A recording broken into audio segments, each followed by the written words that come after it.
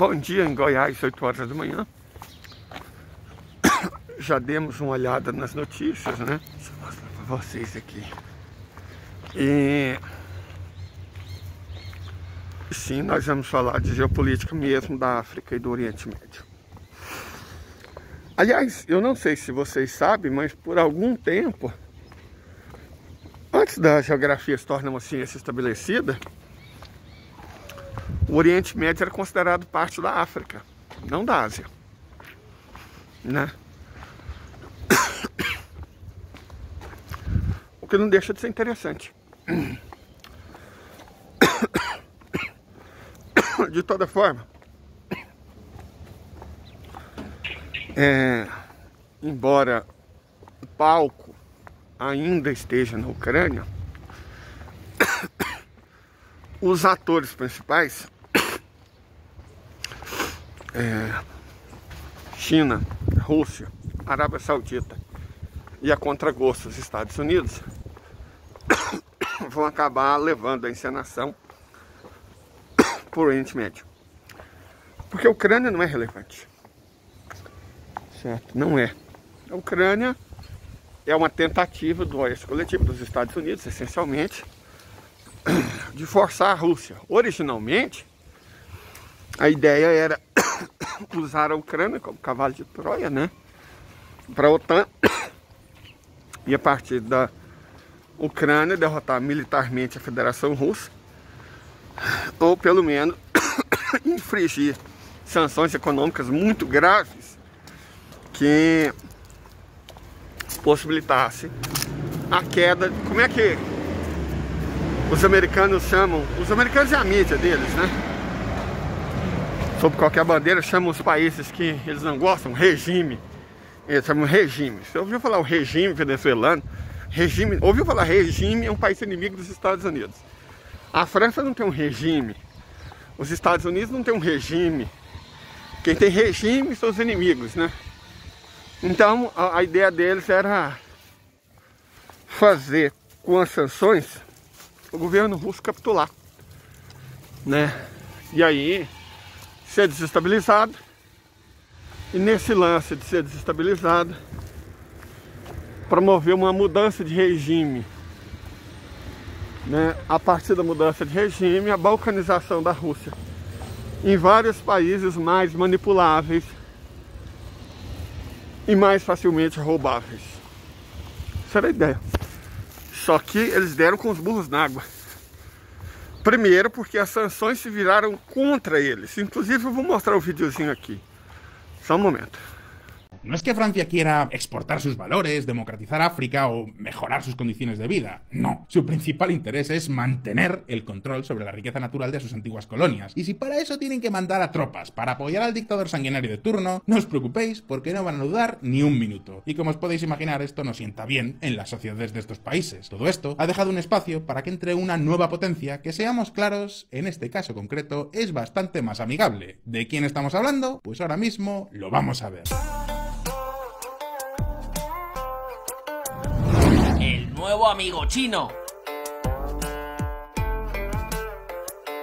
Para sorpresa de nadie, China, el gigante asiático, se ha convertido en un actor fundamental en África, y la verdad no resulta extraño. Digamos que África tiene los recursos que China necesita, y China tiene la capacidad económica para que estos países africanos puedan llegar a desarrollarse, o al menos para que puedan sacar adelante grandes proyectos de infraestructuras. Además, los mercados africanos aún no han florecido del todo.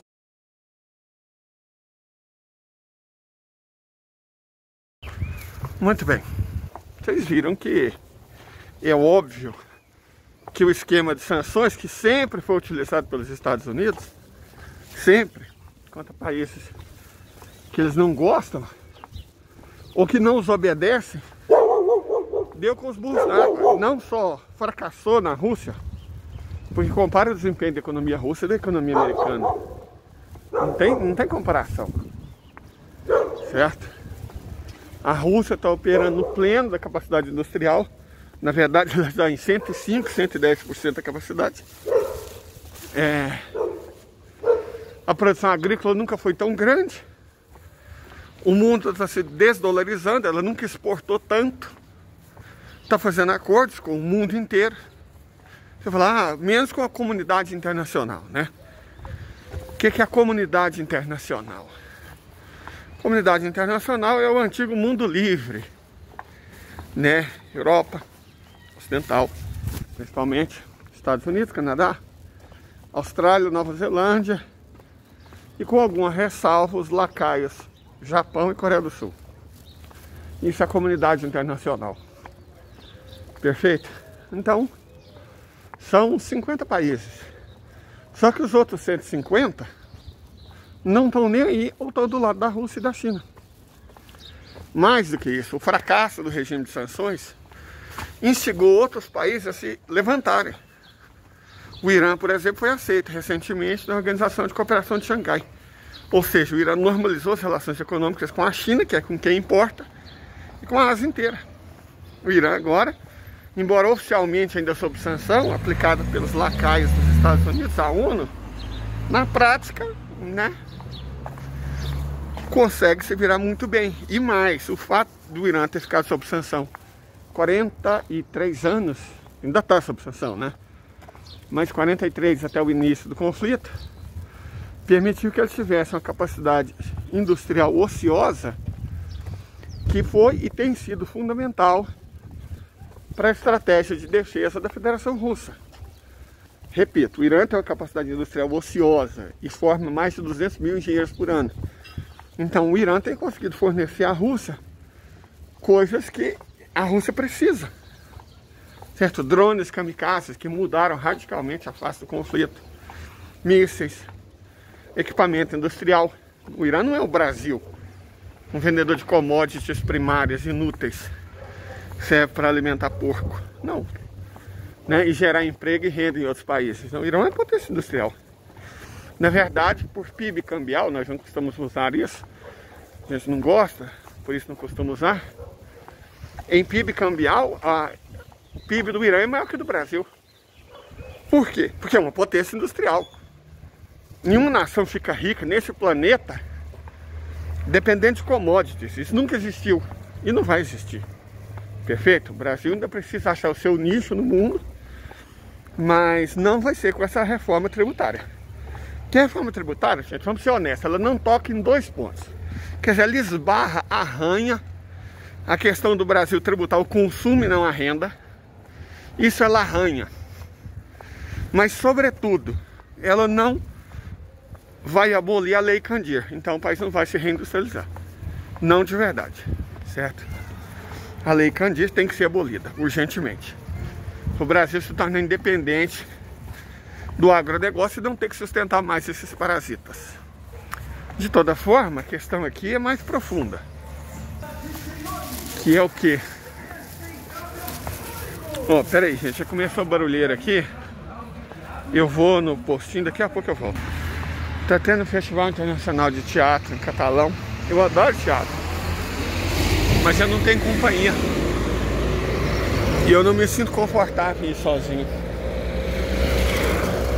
Bom, de toda forma, eu vou tomar a última vacina que eu preciso, a trivalente, y pegar curativo pro meu irmão y ya volto. No sé si alguna vez os ha dado por mirar la bandera de Mozambique, pero vamos a echarle un vistazo. Es esta. ¿No veis nada que os llame poderosamente la atención? Exacto. Lo que estáis viendo en el escudo de armas, así cruzadito, es un AK-47, el fusil de asalto soviético más famoso de toda la historia. Y en verdad, aunque sea algo fuera de lo normal, tiene todo el sentido del mundo. Al fin y al cabo, esta fue el arma más popular durante su proceso de independencia, y en estos procesos la Unión Soviética y sus aliados jugó un papel importante en el caso de muchos otros países africanos, no solamente con las presiones ante la ONU, sino también mandando armamento, instructores y tropas.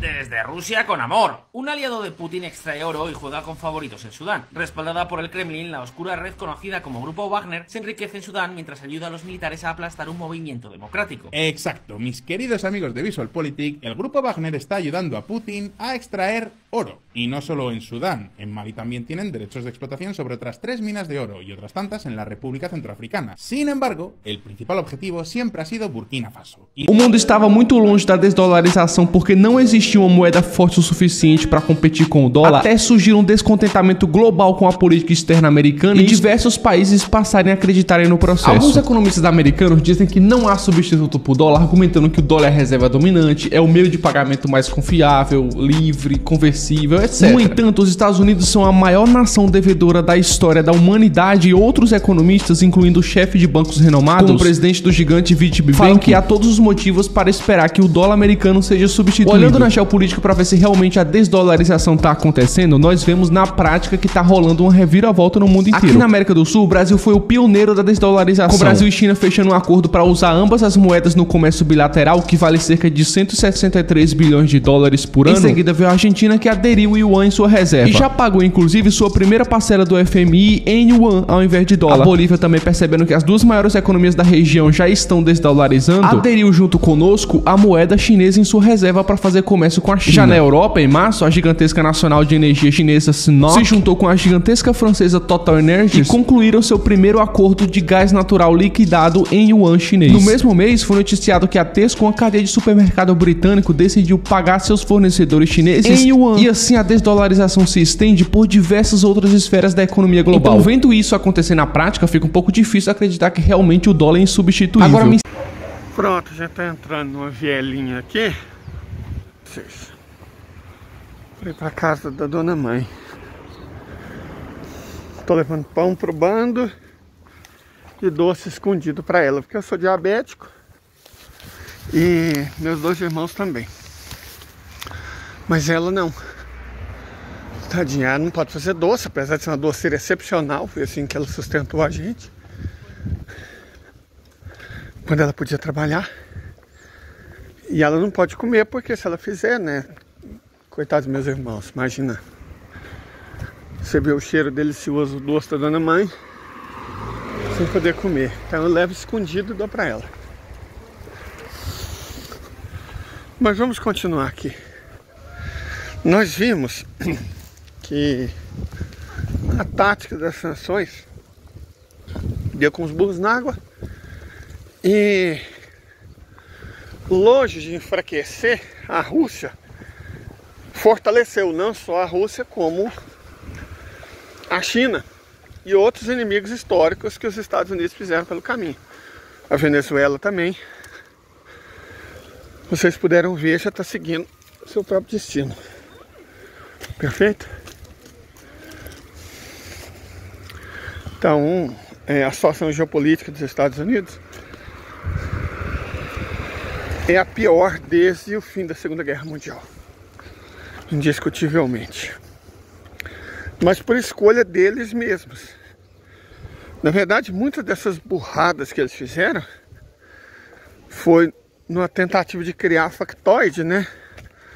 Para disfarçar o filho extremamente problemático que o sonolento Joey tem. Ele tem aquele problema com açúcar de nariz, que não chega a ser uma questão que você fala assim, oh meu Deus, é cocainômano. Muitas pessoas são. E às vezes pessoas boas. O problema não é de ser cocainômano.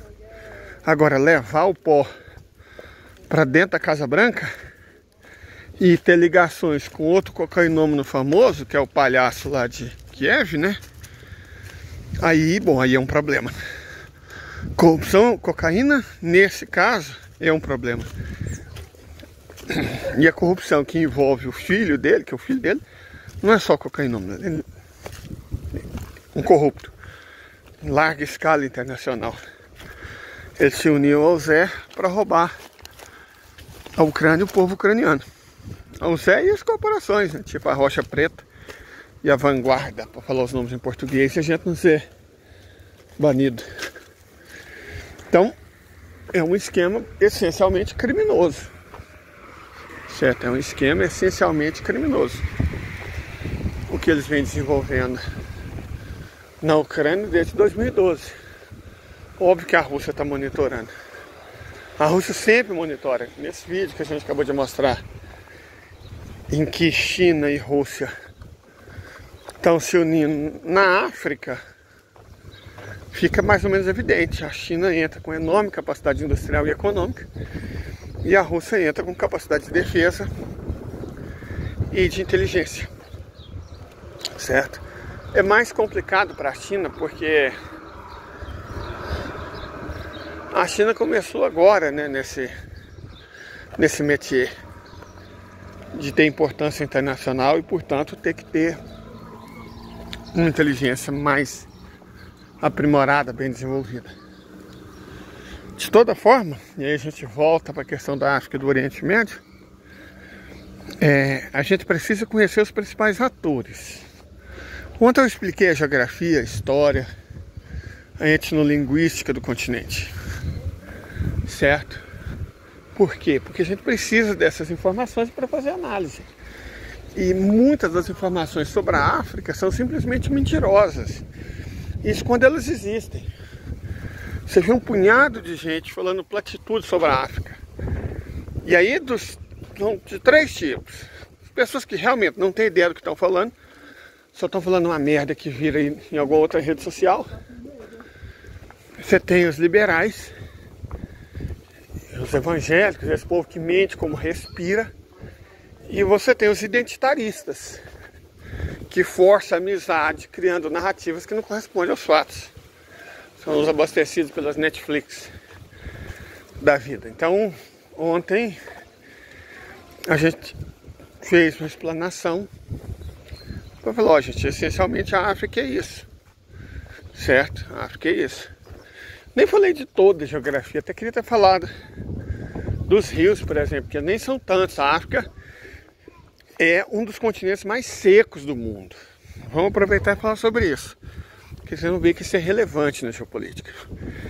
Repito, junto com a Austrália, a África é um dos continentes mais secos do mundo. Eles têm o maior deserto do planeta, 10 milhões de quilômetros quadrados, mais ou menos a área do Brasil e da Colômbia somadas, né? Que é o deserto do Saara. E o deserto do Saara e os subdesertos, tipo Núbia, Líbia, associados. E o complexo do Kalahari, ao sul, que não só o deserto do Kalahari, mas também o deserto Namibe, a costa dos esqueletos e o Kalahari estendido, que juntando tudo dá uma área mais ou menos do tamanho da Argentina. Então, somando tudo, os desertos africanos é maior do que a soma da Austrália e da Europa sem a Rússia, somados, certo? Isso faz diferença na geopolítica do continente. Por quê? Porque o grande lance, principalmente da parceria chinesa, e da Rússia também, não é só extrair matérias-primas e recursos energéticos da África. Isso foi o que o Ocidente sempre fez. Se fizessem isso, a China e a Rússia seriam mais do mesmo. Qual que é o sentido? Certo? Mas é mais complexo do que isso, mais elaborado, mais humano. Por quê? Bom, teve um encontro internacional recente em que o Ramaphosa, que dos 5 líderes dos BRICS, de longe, é o mais enérgico.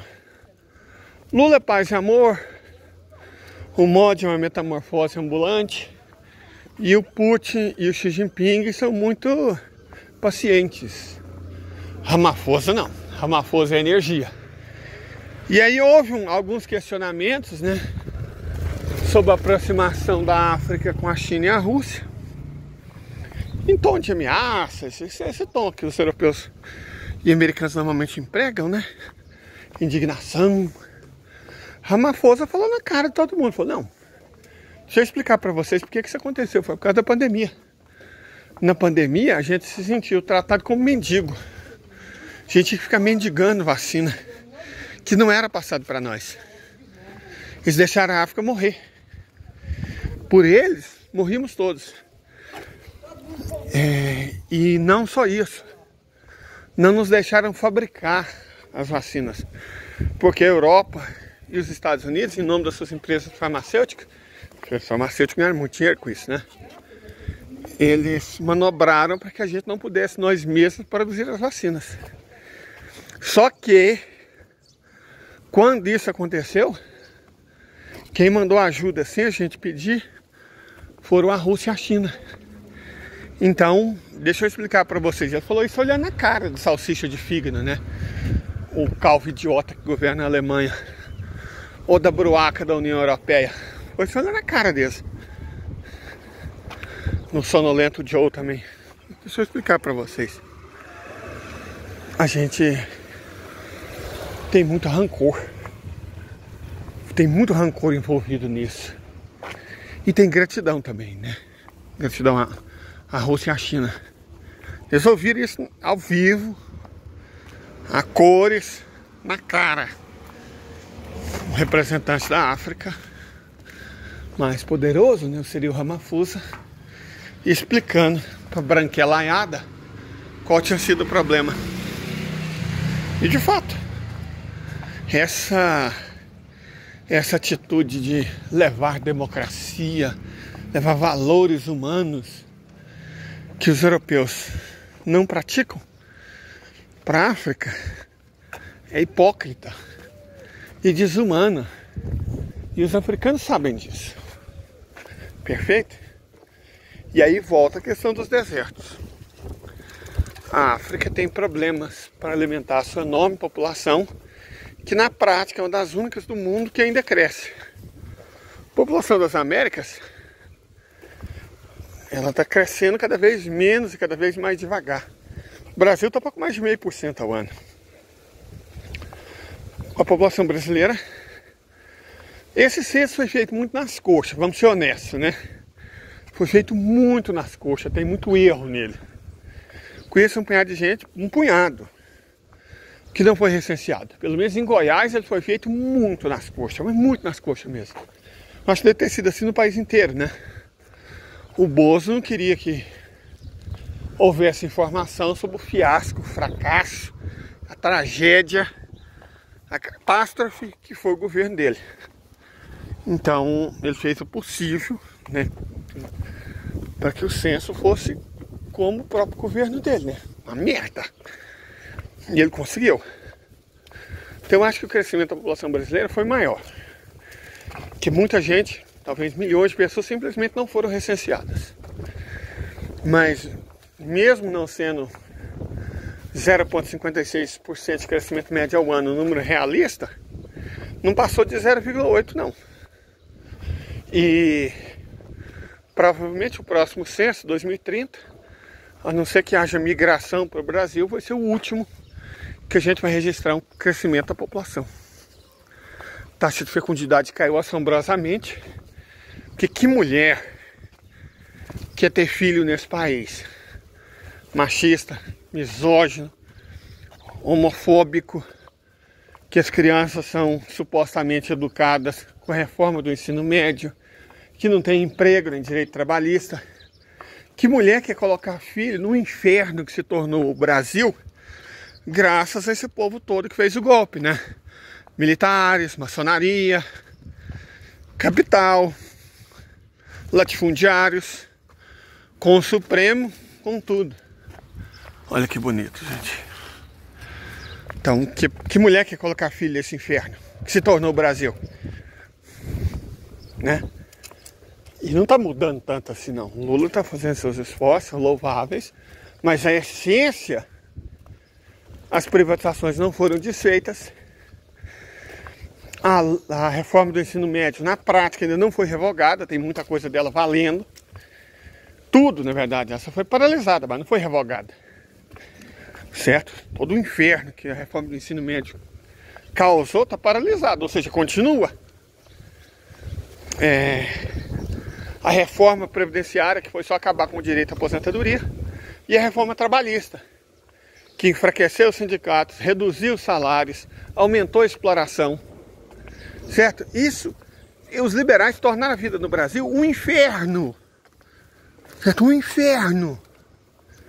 Vamos dar nome aos bois: maçonaria, evangélicos, garimpeiros, latifundiários, banqueiros, financistas, especuladores, militares, PMs, polícia do modo geral, né? Então esse povo transformou o Brasil em um inferno na terra. E esse inferno não foi abolido. Perfeito? Por quê? Porque elegeram o Lula, mas elegeram o Centrão também, aí não adianta, né? O brasileiro tem que entender que não adianta eleger um presidente de um partido e eleger bandido para deputado. O Senado até ainda resta alguma esperança de lucidez, mas a Câmara? Então a população brasileira vai parar de crescer. Claro, óbvio, é evidente. Repito, que mulher quer ter filho nesse inferno. Considerando isso, a situação não é muito diferente dos países da América Latina, do continente americano, do modo geral. O continente europeu, menos ainda. A Ásia, com exceção do subcontinente indiano, do sul da Índia também, já está parando de crescer. Em breve já vai começar a diminuir. Então o que ainda cresce no mundo é só o sul da Ásia e a África. Então a população da África ainda vai crescer. E aí que a questão dos desertos toma importância. Porque a população já está quase 1,5 bilhão de habitantes. Os desertos ocupam 40% da área do país, do continente, perdão, mais de 40%. E tem cada vez mais bocas para alimentar. Como fazer isso e ainda exportar commodities? A África precisa de tecnologia, de ajuda. E é isso que a China está fornecendo. Em relação ao Saara, ela está barrando a expansão do Saara para o sul, construindo a Grande Muralha Verde, que vai do Senegal até a Eritreia. Uma faixa de 6.800 quilômetros de extensão, 300 quilômetros de largura, que está sendo, não vai ser não, está sendo replantada. Certo? Para que, sob as mais variadas técnicas, eu não digo a floresta, uma savana renasça e impeça o Saara de avançar para o sul, ao mesmo tempo que torna férteis áreas degradadas. 6.800 por 300 são 200 milhões de hectares. Ainda que esses 200 milhões de hectares vão ter que ser cultivados num sistema parecido com agrofloresta, portanto com rendimento menor, eles têm potencial para alimentar 20% da população africana. Certo? Para tirar da pobreza, da miséria, principalmente da fome. O Senegal nem é tão pobre assim, está numa situação até melhor, mas os outros, Mauritânia, Níger, Tchad, Mali, República Centro-Africana, Burkina Faso, Sudão, Etiópia, Eritreia, bom, esses têm problemas. Esses têm problemas. E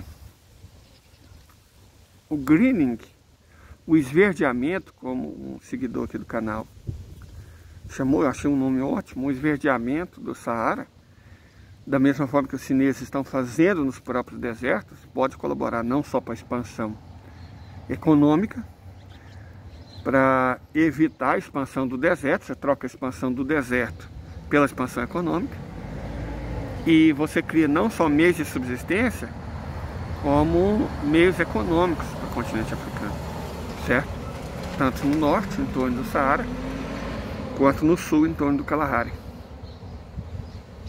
Isso vai ter efeitos extremamente benéficos. Da mesma forma, a China, nós até falamos isso várias vezes, investiu no ano passado 20 bilhões de dólares só em Moçambique, na agricultura, na pecuária e na mineração e na infraestrutura, que a África precisa urgentemente de infraestrutura.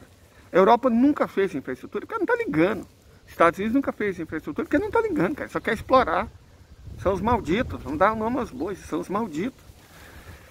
A China não, cara. A China está fazendo porto, fazendo rodovia, fazendo ferrovia, fazendo depósito, fazendo silo, criando condições para a África ter infraestrutura e poder se desenvolver. É o que o Ramaphosa disse e muitos líderes africanos disseram. E a gente vai falar isso na live de hoje. A África não precisa de esmola. Ela não está pedindo esmola. Ela está pedindo justiça. E como é que você coloca justiça e Ocidente na mesma frase? Justiça e capitalismo na mesma frase? Justiça e França, justiça e Estados Unidos, justiça e Reino Unido, justiça e Israel, justiça e Alemanha, justiça e União Europeia, justiça e Canadá. Justiça e Noruega na mesma frase. Não tem como, cara. Não tem como. Nem se a vida deles dependesse disso, eles seriam capazes de praticar justiça. E é o que a África quer. É o que a China e a Rússia estão dando. Certo? É por isso que as coisas todas vão mudar. Então eu convido vocês para a live de hoje. Hoje realmente vai ser sobre geopolítica.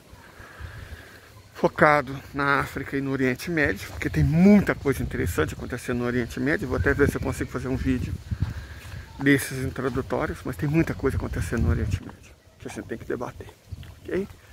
De toda forma, muito obrigado. Paz e bem, um ótimo dia.